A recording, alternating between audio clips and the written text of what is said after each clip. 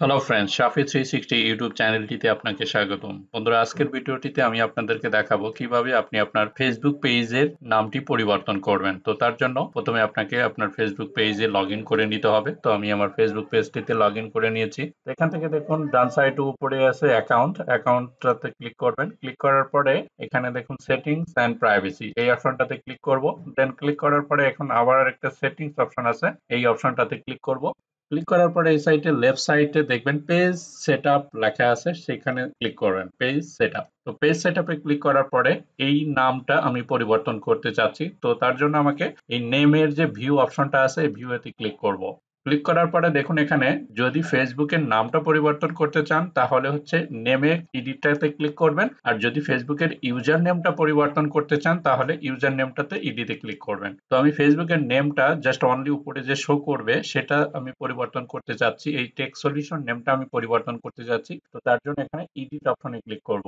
Click করার পরে এখানে দেখুন টেক সলিউশন, তো এই অপশনটাতে আপনি এডিট করে নেবেন। তো আমি এখানে যেটা নামটা দিতে যাচ্ছি সেটা আমি এখানে পরিবর্তন করে নিব। আপনি এখানে যথেষ্টভাবে চেষ্টা করবেন যে আপনার ইউজার নেম যে লিঙ্ক আকারে আছে ওই নেমটা যাতে উপরে সেম আকারে থাকে তাহলে ভালো হয়। তো আমি সেটা দেওয়ার চেষ্টা করব। SHAFI শাফি, দেন টেক TECH, দেন বিডি। তো আমি এইটা দিতে চেষ্টা করলাম, শাফি টেক বিডি। তো দেওয়ার পরে এখানে দেখুন রিভিউ চেঞ্জেস অপশনটা আছে, এই রিভিউ চেঞ্জে ক্লিক করবেন।